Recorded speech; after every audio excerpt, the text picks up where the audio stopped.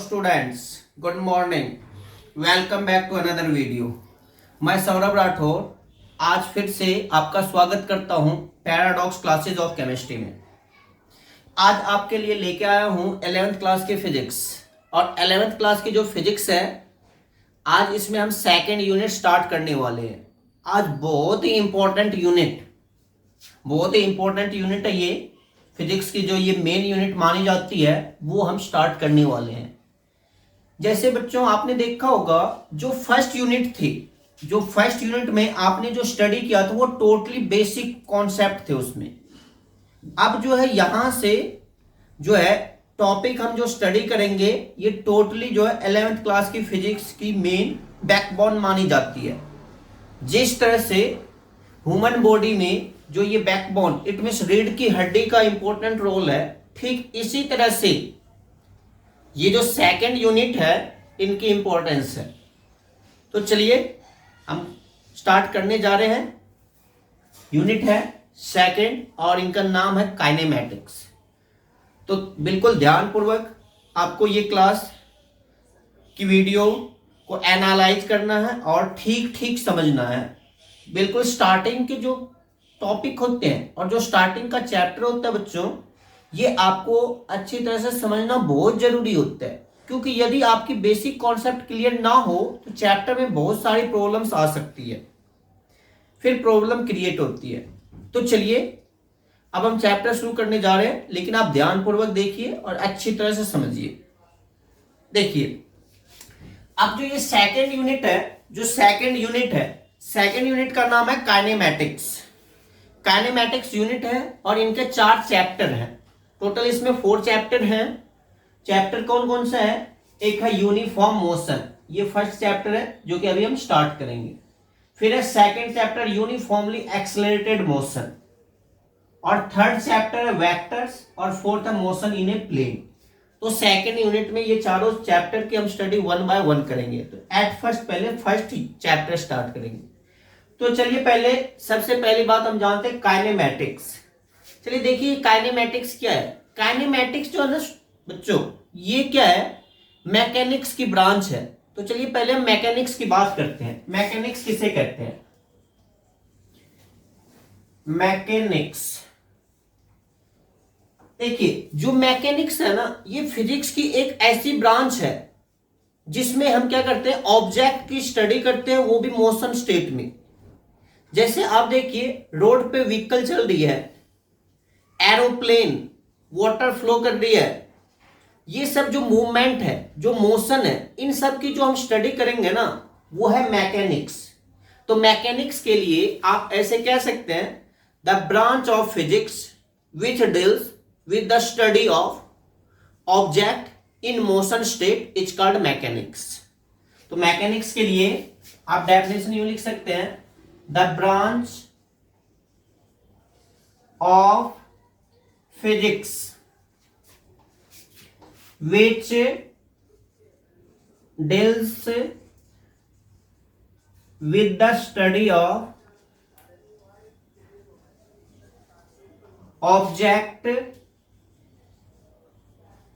in motion state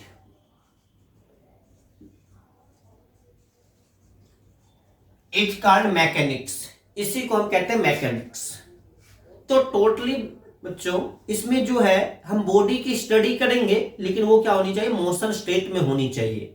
और जब motion state में होगे और उनकी जो स्टडी करेंगे वो फिजिक्स जो है मैकेनिक्स कहलाएगी। अब देखिए मैकेनिक्स की मेन 3 ब्रांच होती है। It can be classified into 3 parts. Mainly 3 parts में क्लासिफाइड किया गया है। एट फर्स्ट स्टैटिक्स, सेकंड है काइनेमैटिक्स, और जो थर्ड है ये है डायनामिक्स।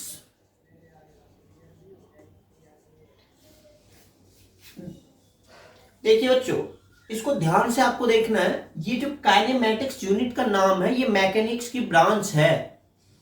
तो एट फर्स्ट आपको जानना होगा स्टैटिक्स हम किसे कहते हैं, क्या होता है स्टैटिक्स। स्टैटिक्स के लिए देखिए जो बॉडी है, बॉडी की दो स्टेट हो सकती है, या तो वो रेस्ट में होगी या मोशन में होगी। जैसे कि आपको पता होगा रेस्ट की यदि हम बात करें, जब कोई बॉडी टाइम के रेस्पेक्ट में अपनी पोजीशंस चेंज ना करे तो उसे हम रेस्ट कहते हैं। इट मींस रेस्ट में जब बॉडी होती है तो उसकी वेलोसिटी क्या होती है, 0 होती है। ठीक इनके अपोजिट, जब बॉडी टाइम के रेस्पेक्ट में अपनी पोजीशन चेंज करे तो उसे हम मोशन कहते हैं।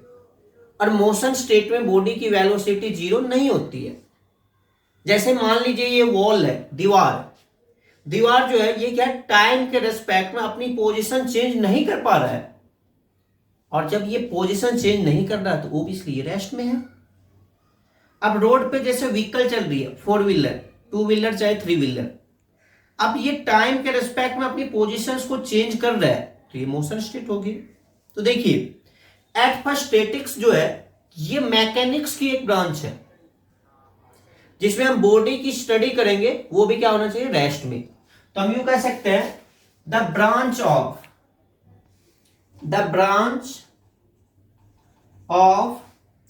मैकेनिक्स which deals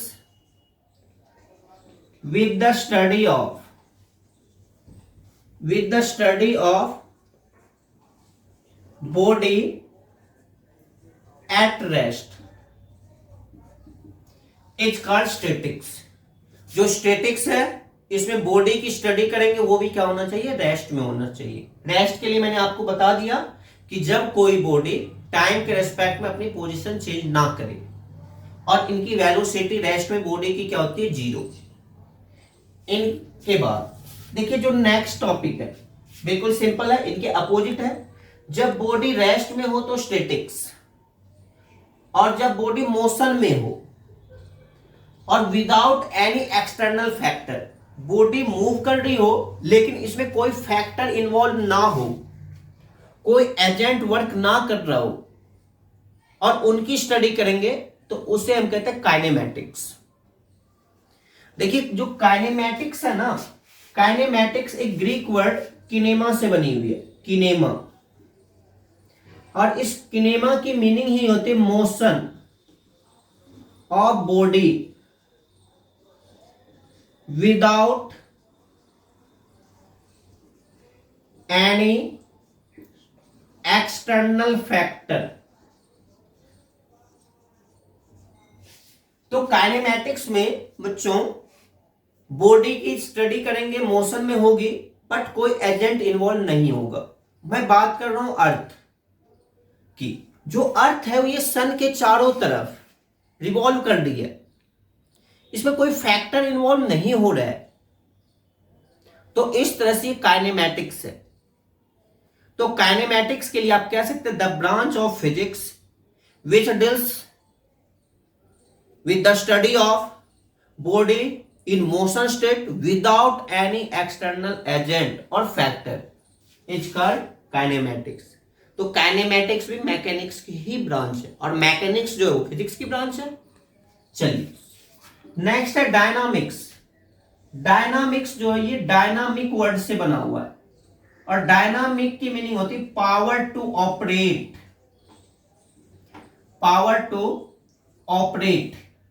जब किसी भी बॉडी को हम मोशन में लाते हैं और मोशन में लाने के लिए किसी एजेंट की जरूरत हो, कोई एजेंट काम कर रहा हो, और इनकी जब हम स्टडी करेंगे तो इसी का नाम है डायनामिक्स।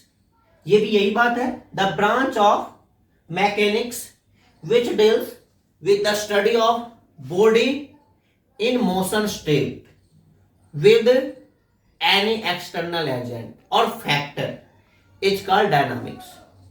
तो बच्चों देखिए ये जो फिजिक्स में ये जो मैकेनिक्स की क्लासिफिकेशंस हुई, तीनों की डेफिनेशंस 1 बाय 1 आपको स्टेप वाइज बताया गया।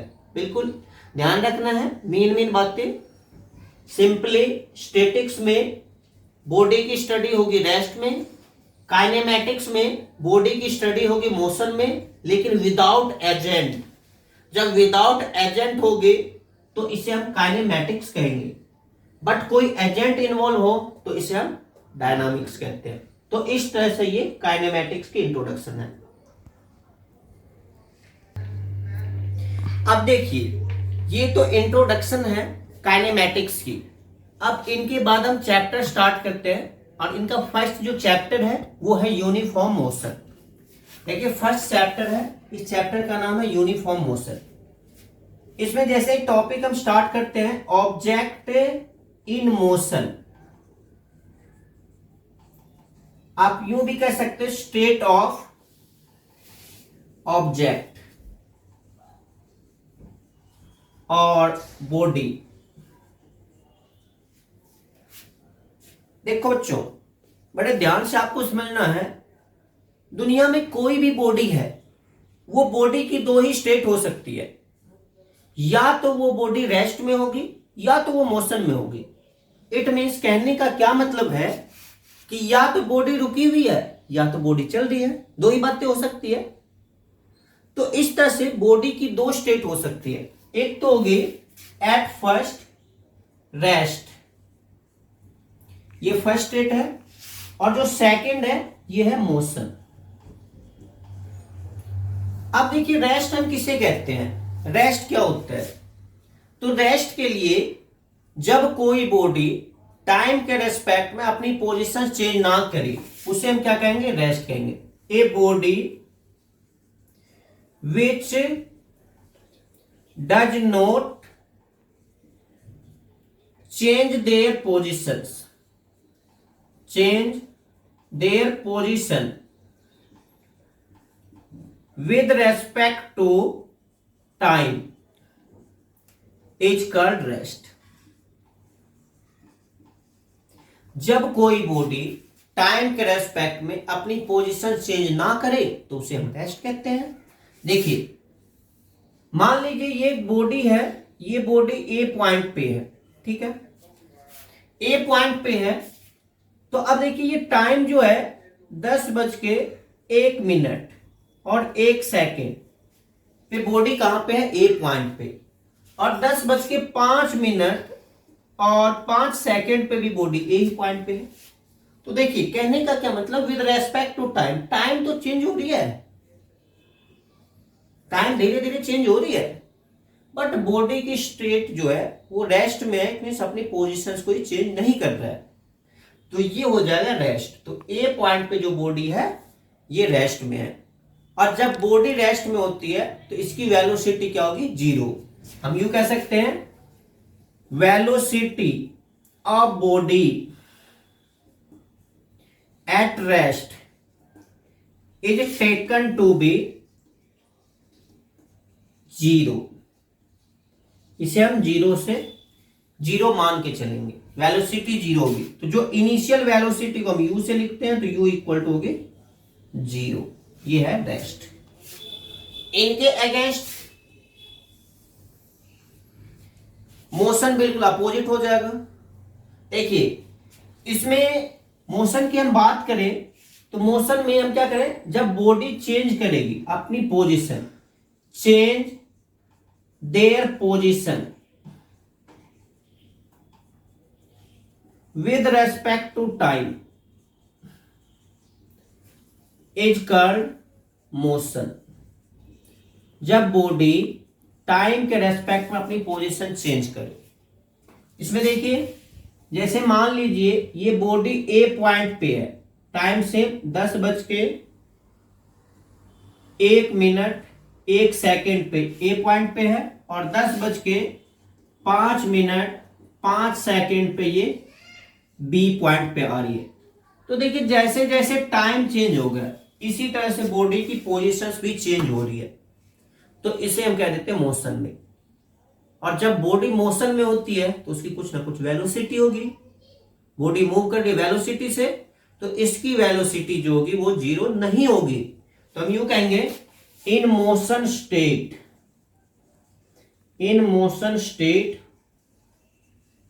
Velocity of body does not equal to 0 नहीं होगी। देखिए एग्जाम्पल के लिए मान लीजिए जैसे ये है books placed on the table, placed on table, books को जैसे हमने टेबल पे रख दिया तो ये बुक क्या है, रेस्ट में है। चेयर एक जगह स्टैंड कर दिया है, रेस्ट में है। ये वॉल दीवार स्टैंड कर रही है, एक ही जगह फिक्स है तो रेस्ट में है। तो ये सारे रेस्ट के एग्जांपल्स हैं। मोशन में जैसे मान लीजिए मूविंग कार, जो कार जो है रोड पे मूव कर रही है, पोजीशन चेंज हो रहा तो ऑब्वियसली मोशन में है। फिर इनके बाद एरोप्लेन, जो फ्लाइट है, फ्लाइट कर रही है तो मोशन में है। वाटर जो रिवर में फ्लो कर रही है, मोशन में है। तो ये सारी चीजें मोशन स्टेट में। अब देखिए जो रेस्ट और मोशंस के लिए, जो रेस्ट और मोशन जो है ये एक दूसरे के रिलेटिव्स होते हैं। ये है rest and motion are relatives. आप देखिए इनको कैसे समझना आपको। जो एक बॉडी है उनकी स्टेट यदि पूछी जाए तो आप जैसे रेस्ट कहते हैं तो वो एक ही टाइम में रेस्ट में भी होगी और मोशन में ही होगी, बस स्टडी करने का कॉन्सेप्ट चेंज हो जाएगा। चलिए एक एग्जांपल से हम समझते हैं। जैसे मान लीजिए ये बस है, बस में ये पैसेंजर है ए, ये बी और ये सी। ये तीन पैसेंजर अपनी अपनी सीट पे बैठा हुआ और ये बस जो है अब क्या कर रही है, मूव कर रही है। जो बस स्टैंड है, बस स्टैंड से चल के दूसरे बस स्टैंड की तरफ, इट मींस बस चल रही है। तो अब देखिए जो यदि आपसे यूं पूछा जाए ये जो बी है ये रेस्ट में या मोशन में, तब बी आप यूं सोचे बी तो अपनी सीट पे बैठा हुआ है, बैठा है तो रेस्ट में है। बट इनको देखिए ध्यान से, अच्छी तरह से देखना, इसको समझना ठीक से है। बॉडी बी की हम बात कर रहे, इट मींस जो पैसेंजर बी है, यदि ए की हम कंपेयर करें इनसे, ए स्टडी कर रहा है बी पे, तो ए कह रहा है बॉडी बी को रेस्ट में, ये बॉडी क्या है, रेस्ट में है। ठीक है। अब जो है आउटसाइड बस, जो ये बस स्टैंड पे कोई डी ई एफ पैसेंजर है, अब डी के रेस्पेक्ट में बी क्या है, मोशन में है, तो ये डी के रेस्पेक्ट में बी मोशन में। तो देखो बच्चों कि जो बी है ए के रेस्पेक्ट में रेस्ट में और डी के रेस्पेक्ट में मोशन में। तो इस तरह से बॉडी एक ही टाइम रेस्ट में भी हो सकती है और मोशन में भी। ये रिलेटिव्स है, कंपेयर करना है। इनके लिए आपको बताएंगे अभी फ्रेम के अकॉर्डिंग हम डिसाइड करते हैं। मान लीजिए जैसे दूसरे एग्जांपल में, जैसे आप घर में बैठे हैं, आपके साथ आपके फ्रेंड भी बैठे हैं, तो ये सारे जो यदि हम अर्थ के रेस्पेक्ट में स्टडी करें तो ये क्या है, रेस्ट में है। लेकिन यदि अदर प्लेनेट के रेस्पेक्ट में स्टडी किया जाए तो ये मोशन में हो जाएगा। मान लीजिए ये वॉल दीवार है, अब ये दीवार यदि आपसे ये पूछा जाए ये दीवार क्या रेस्ट में है मोशन में, तो ऑब्वियसली आप कहेंगे रेस्ट में है। बट ये सही नहीं है। क्यों नहीं सही है? क्योंकि इनकी स्टडी जो हम करेंगे ये रिलेटिव्स की केस में हो सकती है। कैसे? यदि मान लीजिए आप अर्थ के रेस्पेक्ट में इनकी स्टडी करते हैं तो उस कंडीशन में दीवार रेस्ट में है, ऑब्वियसली रेस्ट में है। बट अदर प्लेनेट पे जाके यदि आप स्टडी करते हैं तो ये मोशन में है। तो इस तरह से rest and motion both are relatives, ये स्टडी करने का पॉइंट्स हो जाएगा। तो बच्चों ये रेस्ट और मोशंस के लिए है। तो रेस्ट के लिए आपको ध्यान रखना है बॉडी की पोजीशन चेंज ना हो, टाइम के रेस्पेक्ट में पोजीशन चेंज नहीं करेगी तो वेलोसिटी 0 हो जाएगी। इनके अपोजिट में जब बॉडी पोजीशन चेंज करेगी और velocity does not equal to 0 होगी तो मोशन में है। और एग्जांपल्स के द्वारा ये रेस्ट और मोशंस आपको बताया गया। स्टूडेंट्स अब जो है हम बात कर रहे हैं types of motions of body. अभी अभी आपने देखा कि रेस्ट और मोशन हम किसे कहते हैं। अब जो मोशन है, जब बॉडी मोशन स्टेट में हो तो इनको 3 पार्ट में क्लासिफाइड किया गया। इट मीन्स हम यूं कह सकते हैं देयर आर मेनली सब divided into 3 parts of motions of body such as rectilinear motion और में ट्रांसलेटरी मोशंस। सेकंड है सर्कुलेटरी मोशंस और रोटेटरी मोशंस, और थर्ड है ओसिलेटरी मोशंस और वाइब्रेटरी मोशंस। अब चलते हैं हम एट फर्स्ट रेक्टिलिनियर मोशंस पे। देखिए रेक्टिलिनियर मोशंस हम किसे कहेंगे। देखिए कई एक बार जो स्टूडेंट्स है क्या करते, रेक्टिलिनियर और ट्रांसलेटरी को डिफरेंशिएट नहीं कर पाते, दोनों को एक ही समझ लेते हैं, लेकिन दोनों में थोड़ा डिफरेंस है बच्चों। इनको ध्यान से समझना कि जब कोई भी बॉडी बिल्कुल स्ट्रेट लाइन में मूव करे विदाउट एनी डिफ्लेक्शंस तो उसे हम कहेंगे translatory motions. A special types of motions of body which can be move in straight line without any deviations, deflections, is called translatory motions. It means translatory motions में students ये जो है body हम यूं कह सकते हैं a body which is move in straight line without any deflections is called translatory motions. इसे हम ट्रांसलेटरी मोशन कह देंगे। Is that clear. अब देखिए ये बॉडी के लिए है, लेकिन अब रेक्टिलिनियर में भी स्ट्रेट लाइन में ही मोशंस होगी, बस डिफरेंस क्या है, इसमें पार्टिकल्स मूव करेगी वो भी स्ट्रेट लाइन में। जहां पे ये बॉडी है ना, ये जो बॉडी है इस बॉडी की जगह आपको क्या करना है, पार्टिकल्स यूज करना है। हम यूं कह सकते हैं particles move in straight line is called rectilinear motions. तो रेक्टिलिनियर और ट्रांसलेटरी में डिफरेंस आपको याद रखना है, जब पार्टिकल्स स्ट्रेट लाइन में मूव करें तो उसे हम कहेंगे रेक्टिलिनियर मोशंस, और जब पूरी की पूरी बॉडी ही स्ट्रेट लाइन में मूव करे तो उसे हम ट्रांसलेटरी मोशंस कहेंगे। एग्जांपल के लिए देखिए, जैसे मान लीजिए ये है इंक्लाइंड प्लेन, इस प्लेन को हम बोलते हैं इंक्लाइंड प्लेन। अब ये जो इंक्लाइंड प्लेन है इस पे यदि कोई बॉडी प्लेस करते हैं तो ये बॉडी बिल्कुल सीधी लाइन में मूव करेगी। तो ये बॉडी मूव कर दी है तो ये है ट्रांसलेटरी मोशंस। पार्टिकल्स की हम बात करें, जैसे मान लीजिए ये कोई स्ट्रेट वायर है, अब ये एक पार्टिकल्स जैसे इनको हम हीट करते हैं, हीट करते ही अब ये पार्टिकल्स अपनी हीट को ट्रांसफर करेगी नेक्स्ट में, नेक्स्ट में, नेक्स्ट में। तो इस तरह से जो पार्टिकल्स की मूवमेंट होगी ये हो जाएगा रेक्टिलिनियर मोशन। तो बच्चों इनको ध्यान रखना है, इसमें कंफ्यूज नहीं करना है, एक में पार्टिकल्स मूव करेगी और दूसरे में body.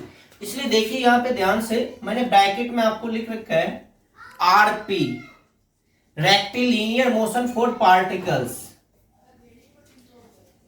TB translatory motions for body. Body के लिए ट्रांसलेटरी और पार्टिकल्स के लिए रेक्टिलिनियर। That's it. चलिए अब चलते हैं नेक्स्ट में, सर्कुलर मोशंस या सर्कुलेटरी मोशंस, और ये है रोटेटरी मोशंस। रोटेटरी मोशंस जब कोई बॉडी सर्कुलर पाथ में मूव करे किसी एक फिक्स पॉइंट के अकॉर्डिंग चारों तरफ, तो उसे हम कहेंगे rotatory motions. A body which is move in circular path, move in circular path around the fix point, around the fix point is called rotatory motions. और यदि अब पार्टिकल्स मूव करेगी सर्कुलर पाथ में, पार्टिकल्स मूव करेगी body के लिए तो rotatory और पार्टिकल्स के लिए सर्कुलेटरी, सर्कुलेटरी। देखो बच्चों, इसमें भी पार्टिकल्स सीपी, पार्टिकल्स के लिए सर्कुलेटरी और बॉडी के लिए रोटेटरी। इनको ऐसे समझो एग्जांपल के लिए, जैसे आपको पता है सन के चारों तरफ अर्थ जो है रिवॉल्व करती है, तो हम क्या बोलते हैं, अर्थ रोटेट अराउंड द सन। क्या कभी आपने सुना है ऐसे हम कहते हैं अर्थ सर्कुलेट अराउंड द सन? क्या ये सही है? नो सर, बिल्कुल नहीं। देखिए सुनने में और सा लग रहा है सर्कुलेट, क्योंकि अर्थ खुद में एक बॉडी है और बॉडी तो रोटेट कर सकती है। जब बॉडी सर्कुलर पाथ में मूव करेगी तो it's rotatory motions, not a circulatory. अब हमारी बॉडी में जो ब्लड है, पार्टिकल्स, रेड पार्टिकल्स हीमोग्लोबिन की वजह से ब्लड रेड होता है, तब हम यूं कहते हैं ब्लड सर्कुलेट कर रही है, ये है सर्कुलेशंस। क्या कभी आपने सुना है किसी डॉक्टर को कहते हुए कि बॉडी में ब्लड रोटेट कर रही है? इट इज नॉट ट्रू, बिल्कुल सही नहीं है ये। तो पार्टिकल्स के लिए सर्कुलेटरी और बॉडी के लिए रोटेटरी, दैट्स इट। चलिए इसी तरह से अब है ऑसिलेटरी मोशंस। ऑसिलेटरी मोशंस में जब कोई बॉडी मूव करे टू एंड फ्रो, आगे और पीछे, बैक एंड फोर्थ। मैं बात कर रहा हूं घड़ी की पेंडुलम। अब देखिए जो ये पेंडुलम है, ये जो पेंडुलम है ये क्या कर रही है, ये मूव कर रही है to and fro, to and fro. To and fro बच्चों ये एक फ्रेज भी होता है, आगे एंड पीछे। तो हम यूं कह सकते हैं body move in to and fro about their mean positions, their mean position। या नहीं तो टू एंड फ्रो को आप यूं भी कह सकते हैं back and fourth, back and fourth, या बैकवर्ड एंड फॉरवर्ड। तो इस तरह से ये हो जाएगी oscillatory motions, a body which is moved in to and fro, back and forth, forward and backward, is called oscillatory motions। इसी में यदि पार्टिकल्स मूव करेंगे तो उसे हम वाइब्रेटरी मोशंस कहते हैं। जैसे मान लीजिए रोड रोलर, रोड रोलर जो है यदि वो क्या करते हैं वाइब्रेटिंग के टर्म में मूव करती है, पार्टिकल्स ऊपर नीचे हो रही है, तो उसे हम बोलते हैं वाइब्रेट, उसे नहीं कहते ऑसिलेट। तो इट मींस जो पार्टिकल्स है वो वाइब्रेट कर रही है और जो बॉडी है वो है ऑसिलेट कर रही है। तो बच्चों ये टाइप्स ऑफ मोशंस का ये 3 टाइप है, आपको ध्यान रखना है। जो मेन एक बात ध्यान रखनी है वो है पार्टिकल्स और बॉडी। इसलिए देखिए ब्रैकेट में मैंने लिख रखा RPTP, P for particles, B for body, CP particles, B for body, oscillatory body, vibratory particles. Next topic है बच्चों concept of point mass object. देखिए ये पॉइंट मास ऑब्जेक्ट हम किसे कहते हैं? पॉइंट मास ऑब्जेक्ट के लिए कोई भी बॉडी जिनकी साइज और शेप जो कवर डिस्टेंस से बहुत ही छोटी हो। इट मीन्स ये है कि मान लीजिए कोई ऑब्जेक्ट है, सपोज कीजिए जैसे ये अर्थ को ही हम देख रहे हैं। जो अर्थ है एक ये बॉडी है, ये क्या करती है सन के चारों तरफ रिवॉल्व करती है। अब जो ये डिस्टेंस, जो कवर्ड डिस्टेंस है ये तो बहुत ज्यादा है with respect to size and shape. तो अर्थ को हम क्या करेंगे एक पॉइंट मास ऑब्जेक्ट मान लेंगे। इट मींस यदि कोई ऑब्जेक्ट जिनकी साइज और शेप जो क्या हो कवर्ड डिस्टेंस के रेस्पेक्ट में छोटी हो, इट मींस बहुत ज्यादा डिस्टेंस कवर की हो जो कि साइज और शेप से के कंपेयर में ज्यादा हो। हम यूं कह सकते हैं consider an earth is assume to be a point mass object because it can be cover the very very large distance with respect to their size and shape. मतलब क्या है कि जब कोई बॉडी बहुत लॉन्ग डिस्टेंस कवर कर ले और उनकी साइज शेप उनके रेस्पेक्ट में कम हो, उसे हम पॉइंट मास ऑब्जेक्ट मानते हैं। जैसे मान लीजिए अदर एग्जांपल के लिए कार लेते हैं, जो कार की साइज है ये है और ये जो डिस्टेंस कवर्ड कर रही है ये डिस्टेंस बहुत ज्यादा होगी, तो इस कंडीशन में कार को आप पॉइंट मास ऑब्जेक्ट मान सकते हैं। यूं कह सकते हैं car cover the very long distance then assume to be a point mass object. But यदि कार क्या हो जाए कि कम डिस्टेंस कवर करे, ना के बराबर डिस्टेंस कवर करे, तो फिर इसे पॉइंट मास ऑब्जेक्ट हम नहीं मान सकते। तो finally object point mass object तब होगी जब बहुत लॉन्ग डिस्टेंस कवर करे और इनके साइज शेप उसके रेस्पेक्ट में कम हो, तो ये है पॉइंट मास ऑब्जेक्ट। अब हम बात कर रहे बच्चों फ्रेम ऑफ रेफरेंस की। देखिए इस टॉपिक को आपको ठीक ठीक समझना है। फ्रेम ऑफ रेफरेंस के अकॉर्डिंग हम ऑब्जेक्ट की एक्चुअल स्टेट को मेंशन करते हैं। देखिए फ्रेम ऑफ रेफरेंस हम किसे कहते हैं, जैसे मान लीजिए ये कोऑर्डिनेट ज्योमेट्री है, इसमें 3D एक्सिस, ये एक्स एक्सिस, ये वाई एक्सिस और ये जेड एक्सिस, और ये जो तीनों एक्सिस का जो ये मीटिंग पॉइंट है ये क्या है, ओरिजिन। ओरिजिन या इसी को हम बोलेंगे रेफरेंस पॉइंट, या आप इसे कह सकते हैं रेफरेंस पॉइंट, ठीक, या पोजीशंस ऑफ ऑब्जर्वर।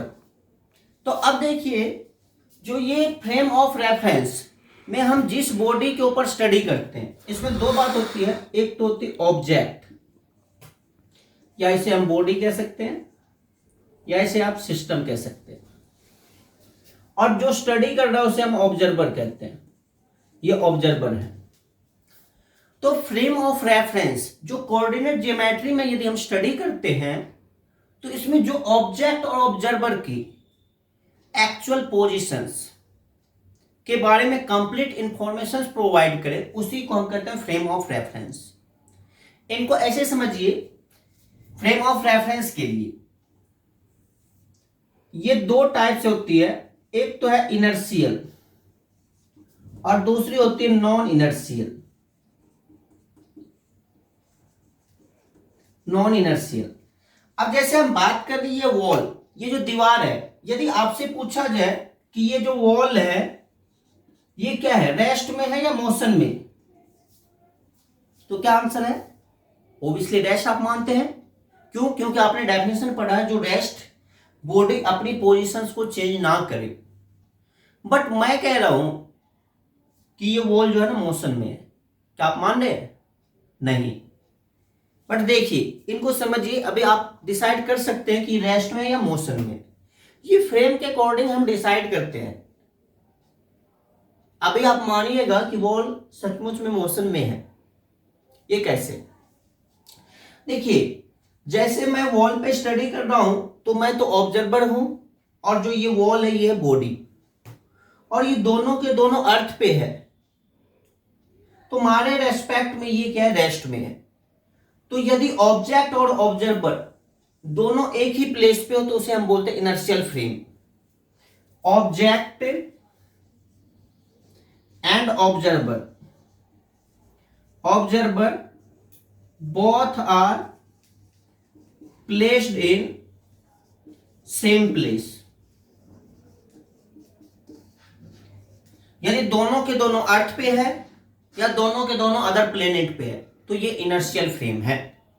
और इनर्शियल फ्रेम के अकॉर्डिंग ये ऑब्जेक्ट रेस्ट में है। और जो इनर्शियल फ्रेम है ये क्या करते हैं, Newton's first law of motions को ओबे करते हैं, obey the first law of motion. इनके अगेंस्ट नॉन इनर्शियल है, अब नॉन इनर्शियल में देखिए, जैसे ये वॉल है, ये तो है अर्थ पे, बट जो ऑब्जर्वर है ये अदर प्लेनेट पे जाके स्टडी करे, तो उस कंडीशन में ये मोशन स्टेट में ऑब्जर्व किया जाएगा। It means object and observer both are placed in different place, is called non inertial frame. और non inertial frame Newton's first law of motions को ओबे नहीं करता है, does not good hold of first law of motions, first law of motions. तो students ये है inertial और non inertial. Inertial और नॉन इनर्शियल के अकॉर्डिंग आप डिसाइड कर सकते हैं कि ये रेस्ट में है या मोशन में है। जैसे हम दूसरा एग्जांपल लेते हैं बस का या ट्रेन का। देखिए ट्रेन में हम बात करते हैं, जैसे ये ट्रेन है, इस ट्रेन में पैसेंजर है ए बी सी डी। अब ये चारों के चारों अपनी अपनी सीट पे बैठा हुआ है, तो जैसे ही ए ऑब्जर्व कर रहा है बी को, तो ए बी को रेस्ट में कह रहा है। इट मीन्स दोनों के दोनों ट्रेन के इनसाइड है, तो इट मीन्स इनर्शियल फ्रेम के अकॉर्डिंग है। लेकिन जो आउटसाइड ट्रेन है, रेलवे स्टेशन पे कोई ई एफ है, वो ऑब्जर्व कर रहा है, तो वो बी को कह रहा है मोशन में। अब देखिए ए के रेस्पेक्ट में बी रेस्ट में है और ई एफ के रेस्पेक्ट में बी मोशन में है, तो इट मीन्स ये होती है फ्रेम इनर्शियल और नॉन इनर्शियल। तो आप फाइनली कह सकते हैं जो फ्रेम ऑफ रेफरेंस है ये कोऑर्डिनेट ज्योमेट्री में एक्स वाई जेड एक्सिस के जो ओरिजिन है वहां पे पोजीशंस ऑफ ऑब्जर्वर को मेंशन करती है, और उनके अकॉर्डिंग हम स्टडी करते हैं कि ऑब्जेक्ट रेस्ट में है या मोशन में। तो ये है इनर्शियल और नॉन इनर्शियल फ्रेम। तो मेरे प्यारे बच्चों, जो आज की क्लास थी, जो ये आज हमने आपको करवाया है, ये सेकेंड यूनिट स्टार्ट किया था काइनेमैटिक्स, और काइनेमैटिक्स का जो फर्स्ट पार्ट है वो है यूनिफॉर्म मोशंस। तो इस चैप्टर के जो बेसिक कॉन्सेप्ट्स थे, जो बेसिक कॉन्सेप्ट्स है, उनको क्लियर किया गया था, आपको अच्छी तरह से समझाया गया। आई होप मैं आपको समझाने में कामयाब रहा होऊंगा और आपको सही सही समझ में भी आया होगा। तो इस वीडियो को अच्छी तरह से आप देखिए, एनालाइज कीजिए। फिर भी कोई प्रॉब्लम होती है तो आपके प्रॉब्लम के लिए हम है ना, कीजिए आप कमेंट कीजिए, और नहीं तो व्हाट्सएप भी आप कर सकते हैं। नंबर जो है ये नंबर है, नंबर फोकस किया गया है डिस्प्ले बोर्ड पे, आप इस नंबर पे व्हाट्सएप भी कर सकते हैं और अपनी प्रॉब्लम शेयर कर सकते हैं, और आपकी प्रॉब्लम को हम अवश्य सॉर्ट आउट करेंगे। तो हम मिलते हैं आपको नेक्स्ट वीडियो में, नेक्स्ट क्लास लेंगे बहुत ही जल्द। तो इनको अच्छी तरह से देखिए, एनालाइज कीजिए, जो भी प्रॉब्लम है उसे हमारे साथ शेयर कीजिए। लास्ट में एक और बात देखिए, ये जो है हम सभी टीचर्स आज बड़ी मेहनत के साथ आपके लिए ये ऑनलाइन क्लास प्रोवाइड करवा रहे हैं, ये वीडियो अपलोड कर रहे हैं। इसमें हर एक टीचर को बहुत सारी मेहनत, बहुत सारे स्ट्रगल करने पड़ रहे हैं। तो इसीलिए आप टीचरों का हौसला बढ़ाने के लिए वीडियो को लाइक कीजिए, शेयर कीजिए और चैनल को सब्सक्राइब कीजिए, ताकि वो नेक्स्ट वीडियो लेके फिर से आए। Okay, thank you very much.